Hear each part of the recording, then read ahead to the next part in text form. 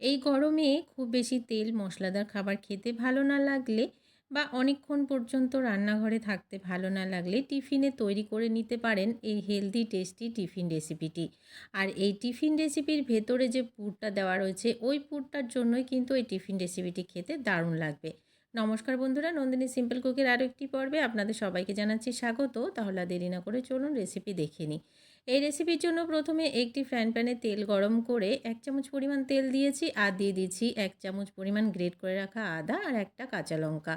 যেহেতু আমরা তেল মশলা কম ব্যবহার করব তার জন্য এখানে মশলার পরিমাণ বা তেলের পরিমাণ একদমই কম রেখেছি। এবারে দিয়ে দিলাম একটা বড় সাইজের পেঁয়াজ। পেঁয়াজটাকে ছোট ছোট করে কেটে নিয়েছি। পেঁয়াজটা একটু হালকা ব্রাউন হয়ে গেলে আর একটু সফট হয়ে গেলে এখানে দিয়ে দিতে হবে বাকি ইনগ্রিডিয়েন্টসগুলো। তো দেখুন পেঁয়াজটা কিন্তু খুব ভালোভাবেই একদমই ভাজা হয়ে গেছে। এবার আমি এখানে দিয়ে দিচ্ছি 3টি ডিম। ডিমগুলোকে আমি আগে থেকে ফাটিয়ে নিয়েছিলাম। ডিমটা দিয়ে একটু ভুজিয়া তৈরি করে নেব। ডিমটাকে একটু ভেজে ওঠার জন্য অপেক্ষা করতে হবে। তো ডিমটা খুব ভালোভাবে ভেজে নিয়ে ভুজিয়া করে নিলাম আর একদমই ছোট ছোট করে ভেঙে নিতে হবে এই ভুজিয়াগুলোকে। খুব ভালো করে মিশিয়ে নিয়েছি। এই পর্যায়ে দিয়ে দিচ্ছি পরিমাণ মতো লবণ, হাফ চামচ পরিমাণ হলুদের গুঁড়ো, হাফ চামচ ধনে গুঁড়ো, হাফ চামচ কাশ্মীরি লাল লঙ্কার গুঁড়ো আর দিয়ে দিচ্ছি হাফ চামচ গরম মশলার গুঁড়ো। দিয়ে খুব ভালো করে সমস্ত মশলাগুলোকে মিশিয়ে নিচ্ছি। এভাবে পুর তৈরি করে নিলে এই পুরটি দিয়ে কিন্তু অনেক কিছু তৈরি করে নিতে পারবেন বন্ধুরা। অনেক রকম টিফিন তৈরি করা যায় এই পুরটা দিয়ে। খেতে দারুণ টেস্ট হয়। আর এইভাবে একটা হেলদি রেসিপি তৈরি করলে তো খেতে ভালো হবেই। তাছাড়াও রোজ আমাদের কিন্তু গরমের মধ্যে মশলাদার খাবার খেতে ভালো লাগে না বা বানাতেও ভালো লাগে না। তো এই রেসিপি ট্রাই করে দেখতে পারেন। এবারে আমি এখানে দিয়ে দিচ্ছি সেদ্ধ করা আলু। এখানে আমি দুটো বড় সাইজের আলুকে সেদ্ধ করে খুব ভালো করে ম্যাশ করে নিয়েছিলাম। এবারে এই সমস্ত কিছুর সাথে আলুটাকে একটু মিশিয়ে নিচ্ছি।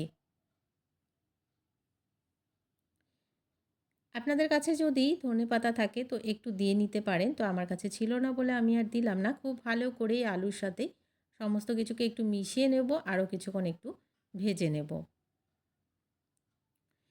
খুব ভালো করে মিশিয়ে নিয়েছি। তো দেখুন একদমই ফ্রাইং প্যানটা ছেড়ে দিচ্ছে। তো এই রকম একটা আঠালো আঠালো পুর রেডি করে নিতে হবে।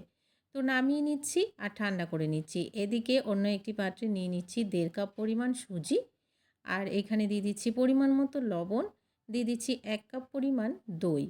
দইটা দিয়ে ওই কাপটা ধুয়েই আমি এখানে একটু জল দিয়ে দিচ্ছি। তবে খুব বেশি জল ব্যবহার করব না। আমি হাফ কাপ থেকে একটু কম জল ব্যবহার করেছি। তো খুব ভালো করে সমস্ত কিছুকে একটু মিশিয়ে নিচ্ছি। এখানে আমি একদমই মিহি যে সুজিটা আছে সেটা নিয়েছি, যার জন্য খুব বেশি সময় সুজিটাকে ভিজিয়ে রাখার প্রয়োজন নেই। যদি বড় দানার সুজি হয় তাহলে কিন্তু 10 মিনিট মতো ভিজিয়ে রাখতে হবে। খুব ভালো করে নাড়াচাড়া দিয়ে মিশিয়ে নিয়েছি। তো দেখুন নাড়তে নাড়তেই কিন্তু সুজিটা অনেকটাই সফট হয়ে গেছে। তবুও আমি 5 মিনিটের জন্য ঢাকা দিয়ে রেখে দিলাম।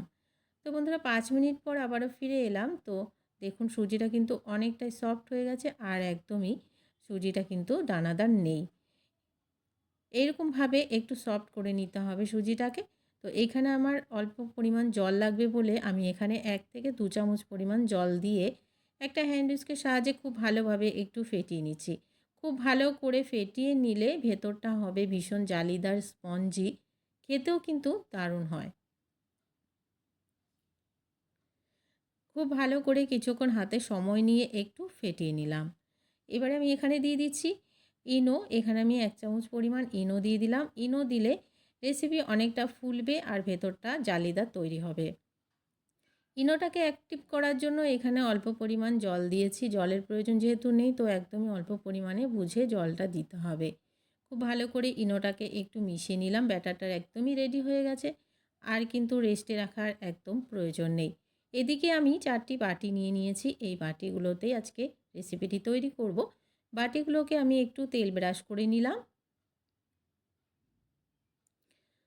যদি রেসিপিতে একটু যদি এই বাটিতে একটু তেল ব্যবহার করে নেওয়া হয় তাহলে রেসিপিটি কিন্তু খুব ভালোভাবে উঠে আসবে।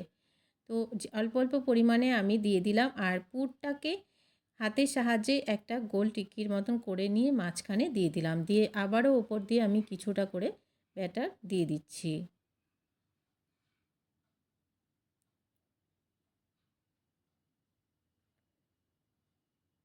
তো বন্ধুরা সমস্ত বাটিগুলো রেডি করে নিলাম। এদিকে একটা কড়াইতে জল গরম হতে দিয়েছিলাম। এই জলের ওপরেই এই প্লেটটাকে বসিয়ে দিচ্ছি আর 15 মিনিটের মতন ভাপে সেদ্ধ হতে দেব। 15 মিনিট পরে আবারও ফিরে আসছি। পুরোপুরি 15 মিনিট পর দেখে নিচ্ছি যে সমস্ত রেসিপিগুলো তৈরি হয়েছে কিনা।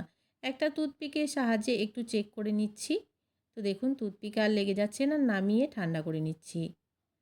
তো বন্ধুরা সমস্ত রেসিপি ঠান্ডা করে নিলাম। এবারে ডিমোল্ড করে নেব। একটা চামচের সাহায্যে একটু দেখুন চারিদিক থেকে একটু উঠিয়ে নিলেই কিন্তু বেরিয়ে আসবে ইজিভাবে। তো দেখুন কতটা জালিদার তৈরি হয়েছে দেখে বুঝতেই পারছেন। বন্ধুরা হেলদি টেস্টি এই টিফিন রেসিপিটি যখন খুশি তখনই বানিয়ে খেতে পারেন, সকালে হোক সন্ধ্যাবেলা। আজকের রেসিপি ভালো লাগলে একটা লাইক শেয়ার করে দেওয়ার অনুরোধ রইল। নতুন বন্ধু চ্যানেলে নতুন এসে থাকলে চ্যানেলটিকে সাবস্ক্রাইব করে পাশে থাকা বেল আইকনটাকে প্রেস করে অল বাটনে ক্লিক করে রাখতে ভুলবেন না। আজকের মতন এখানে শেষ করছি। সবাই ভালো থাকবেন। আজকের মতো টাটা।